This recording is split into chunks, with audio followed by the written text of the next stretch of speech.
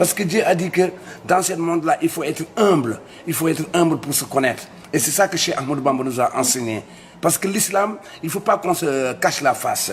L'islam est Rahman, et l'amour et miséricorde. L'islam, ce n'est pas la guerre, ce n'est pas le verset du sang, ce n'est pas le terrorisme. Parce que le marabout nous a enseigné que nous disons que la plus grande guerre qui reste, c'est le djihad nafsi. Que chaque personne essaie de combattre sa propre personne envers les tentations sataniques. Mais il ne faut pas tuer, il ne faut pas verser du sang. Parce que dans le Coran, même c'est écrit que chacun respecte sa religion. Parce que Dieu a dit qu'il a plus que de 100 miséricordes. Mais le monde vit que sur Ar-Rahman. Et il a caché 99 de ce genre. Donc Dieu est miséricorde. Ça, c'est des poèmes qu'il a fait sur chaque lettre du Coran. Il prend comme le B, il écrit un livre. Comme le C, pareil aussi. C'est ça qu'il a écrit aussi. Parce que, attention, on disait qu'un vieillard qui meurt en Afrique, c'est comme une bibliothèque qui brûle. Parce que l'Africain n'avait pas le temps d'écrire. C'était héréditaire, il transmettait les messages, on les appelait les gueules, les griots. Mais Cheikh Ahmadou Bamba, durant tout son temps qu'il a été exilé, il n'arrêtait pas d'écrire. En disant que ne regardez pas de ma peau noire pour ne pas profiter de ma personne. La lumière, ça s'appelle Nourou. Dareni, c'est la maison. La lumière des deux demeures. Ici et au-delà. Ils l'ont laissé seul avec la colonisation. Mais finalement, lui, il avait demandé à s'éloigner pour pouvoir rendre grâce à Dieu, pour avoir cet univers qui est tout bas, pour que la race humaine puisse avoir un endroit idéal. Parce que quand on n'a pas la miséricorde divine, on ne peut pas se comprendre. Parce que l'être humain ne se connaît pas, ne se retrouve pas.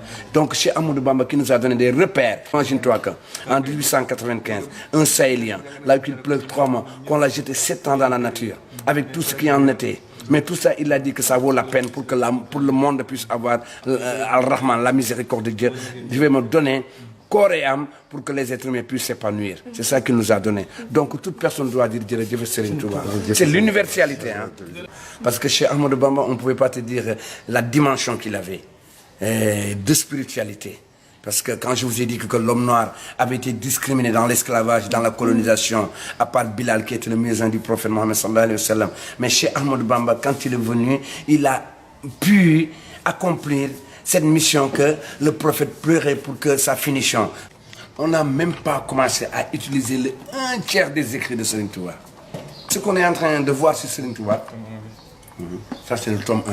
C'est comme un bassin rempli d'eau et que tu continues à mettre de l'eau qui se verse. Et que l'on pensait qu'ils avaient amené le marabout en exil, mais c'est le marabout qui les transportait. Parce que le marabout avait besoin de s'éloigner pour travailler pour Dieu. Avec tous les bagages qu'il avait, c'est eux qui le transportaient, qui le mettaient sur les bateaux et qui déchargeaient et tout ça. Donc finalement, c'est Serigne Touba qui les a conduits. Et finalement, c'est Serigne Touba qui leur donnait des épreuves.